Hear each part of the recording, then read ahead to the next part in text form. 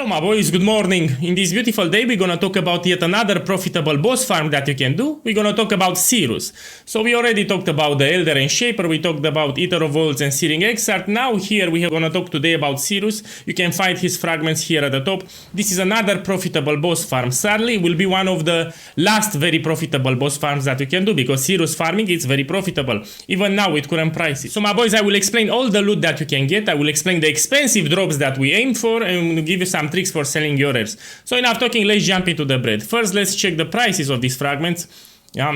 So they are quite okay. In terms of what you pay and what you get, the fragments are not expensive. I mean, you can buy them from with Faustus or you can buy them from the trade website. The fragment prices are fine. If you're gonna run this fight and you want to see profit, you should run at least 10 or 20 invites. So don't run one fight to fight. You want to do minimum 10. It's very profitable. Now, the biggest money maker here will be the Awakener's Orb, which has 15% chance to drop, which is quite high. Awakener's Orb at the moment is 4.5 Diviners up to 5 Divines. Let me check with Faustus. You can sell it on the trade website or with Faustus you see you close to 5 divines.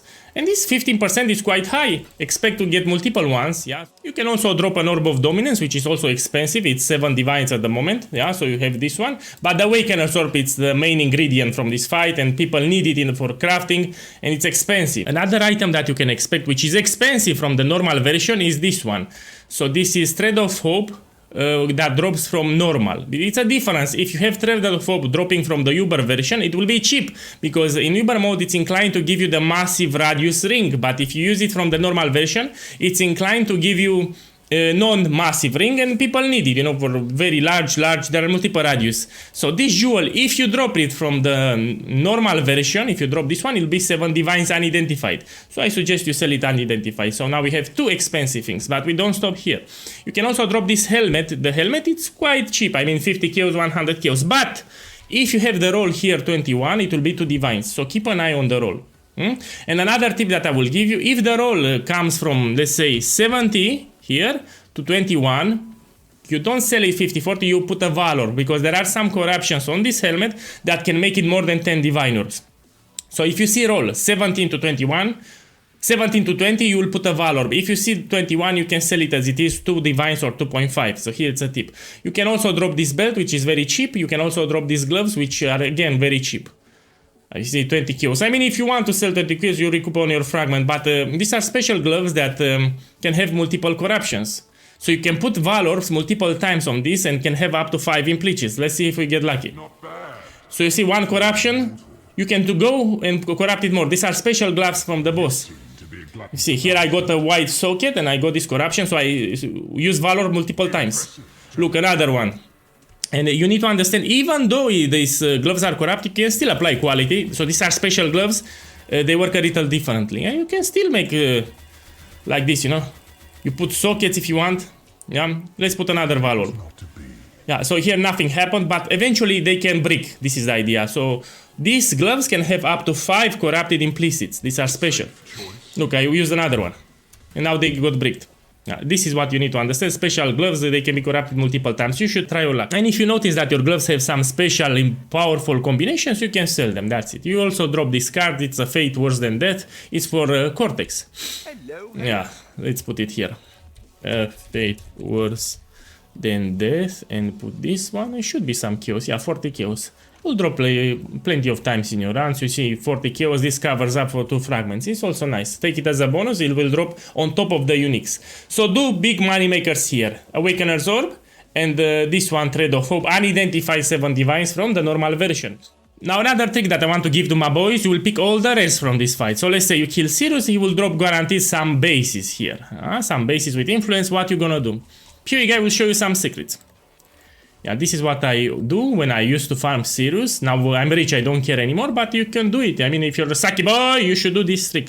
You make it public, you put a fixed price on everything, put it like 1 divine. I mean, it doesn't need to be too high. 1 divine, or even if you want to sell more, you put 100 kills like this. I suggest 1 divine, but you can put 100 kills and people will do crafting. And let's say they don't sell in 2 days. After 2 days, you will take a Chaos Orb and you'll go here and you will reroll like this. All your items, you don't need to read them. So let's say you have a quad tab, you just put Chaos Orb on everything and you wait another days, and you will be surprised. Just because you reroll with Chaos Orb a lot of rare influenced items, you will get whispers for those items because useful modifiers used for crafting, yeah? Or elevation. They want to use Orb of Dominance to elevate a particular mod. They can whisper you for your items. So trust PoE guy, do this. We put 100 Chaos, you put a lot of rare items from Sirus. If they don't sell, let's say you sell 2 free and the rest stop selling, no problem. After 2 days, you will reroll everything with a Chaos Orb. This was a trick that I did like 5 leagues ago and was on fire. Personal trick, you know, you won't see anything like this on the internet. And I'm drinking the coffee, you know what they say. Now let's talk about the Uber mode version. For this one, you need a really strong build. Now what's interesting, the Uber mode version and the normal version, they can also drop the Awakener's Orb. The only thing that I might point out, this one, Thread of Hope, without the thing to get the massive radius, it's more expensive in normal version, yeah? Also this helmet, if it has good roll, so I mean you're not missing out that bad, because the Flask or Yacht's End that can drop in Uber mode, it's cheap, it's 1.8 to Divine, so yeah, this is better, but it can also drop the Savior. The problem is the drop chance of this sword is so small, it's under 1% by the way, so drop chance is very tiny for this sword, so don't expect to see it.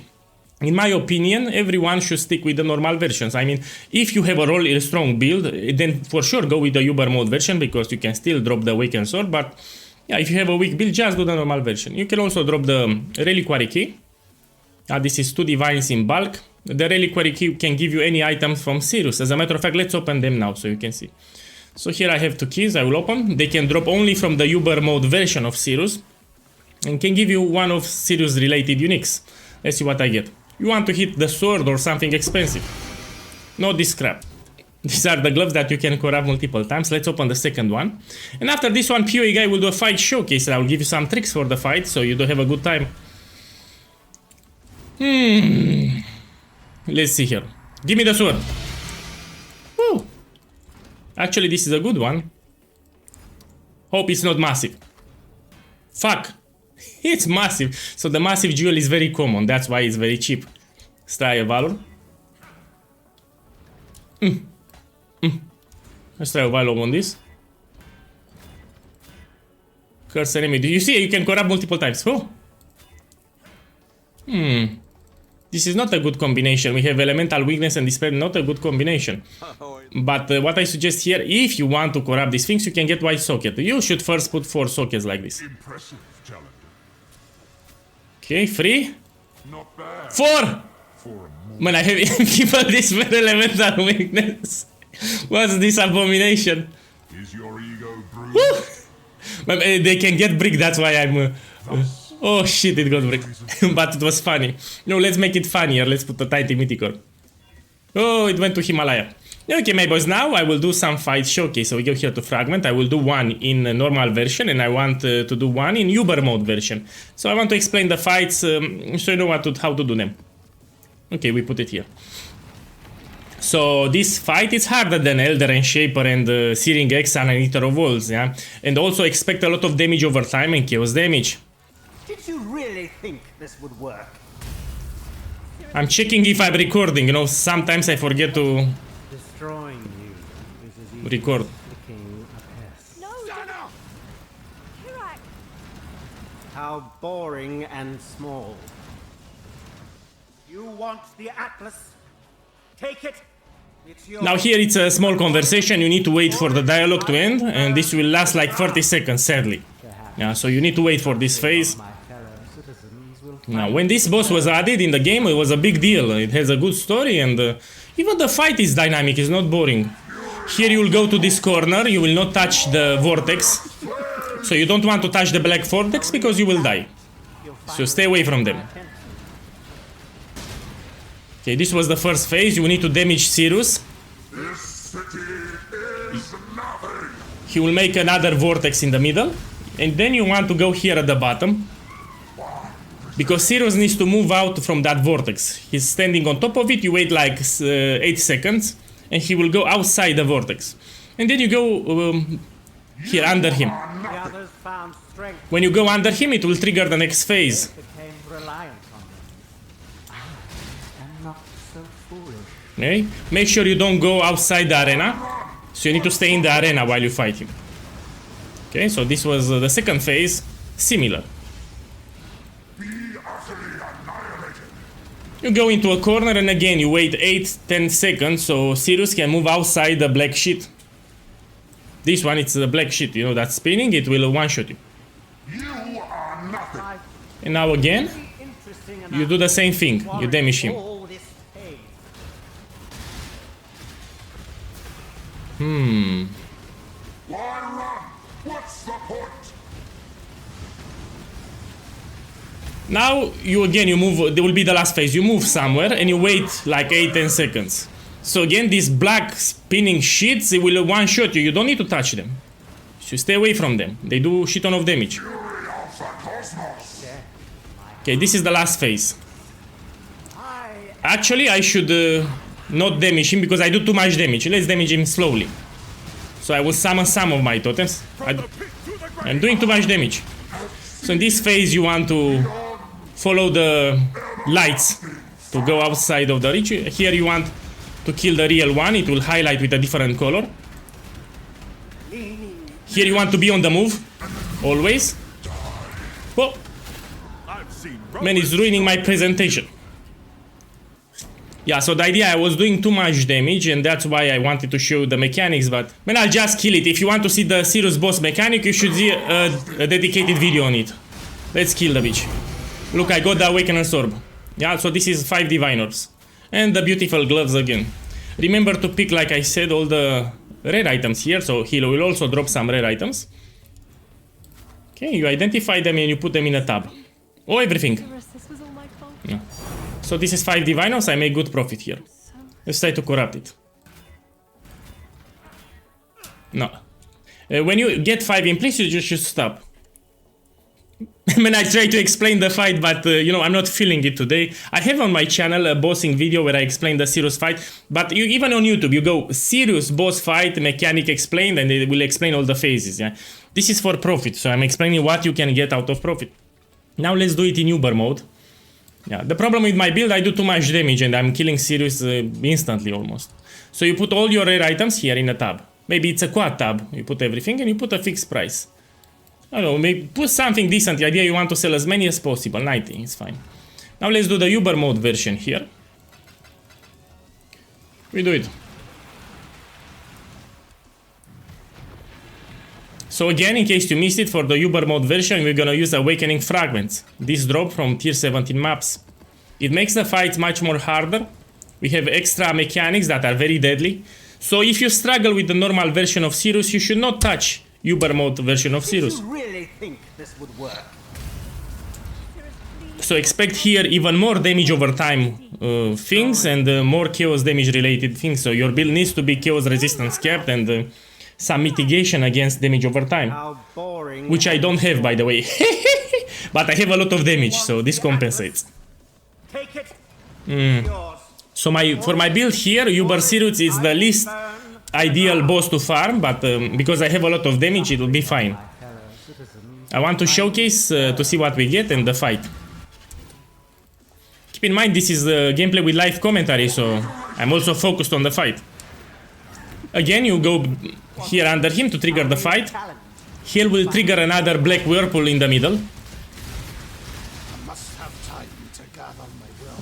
You see here?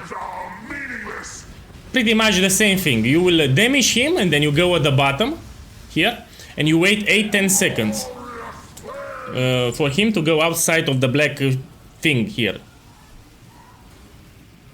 We wait 3 more seconds. Now we go.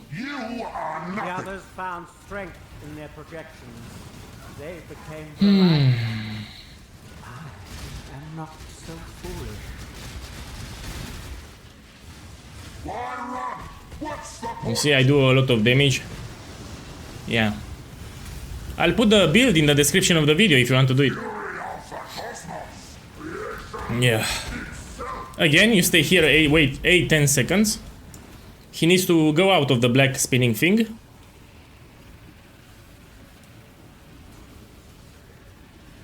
Now we go. Life really interesting enough to warrant all this pain.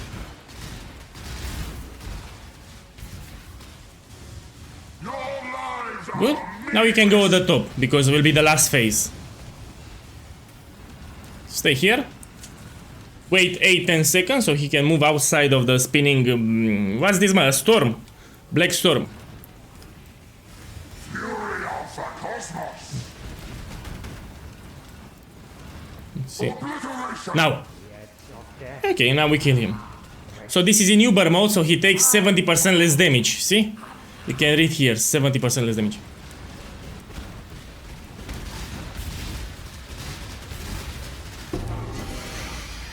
Oh. Let's take the rares. So this is the worst drop that you can get from this boss. Yeah. You should try Valor.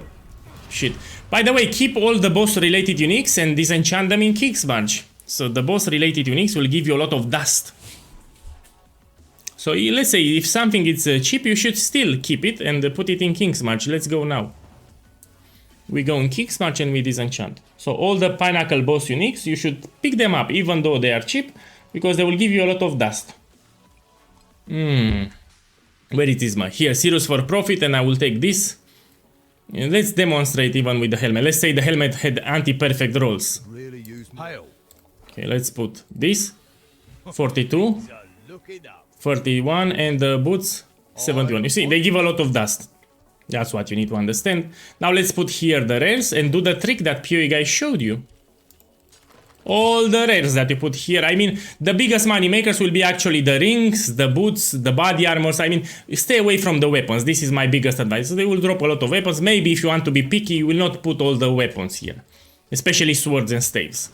But if you have gloves, if you have boots, if you have rings, if you have body armors, these are the biggest ones. So if you want to be really picky, you don't put staves and swords. That's all. And if they don't sell in today's, you take some chaos orbs here. And you roll it like this. See? Like this. Each ones. Some of them will become great for elevation with 2 great modifiers that the player that wants to craft can elevate. And then he will use the Awakener's Orb to transition that modifier onto another base. Trust me, it works. It's great. Just pick all the bases. Maybe if you're picky, stay away from staves and swords. You know, weapons in general. But for armor pieces like gloves, boots, jewelry, rings, belts, body armors, it's great. So yeah, let's put it clear from the start. Stay away from weapons. Yeah, so make it easier for you. Stay away from weapons, we use just armor pieces and jewelry. These tend to sell the best. Well, my boys, I hope you learned a thing or two. Keep in mind I have part 1 for the bossing series, part 2, and this is part 3. And these are the most profitable ones, I'll be honest with you, because Maven, for example, unless you're doing a lot of them, this one, Maven reads here, it's not worth it. You need to do like 50, 100 to be profitable. I will mention them in the next one, but I will stop the series with part 4. So this was part 3. Enjoy the rest of the day, and good luck.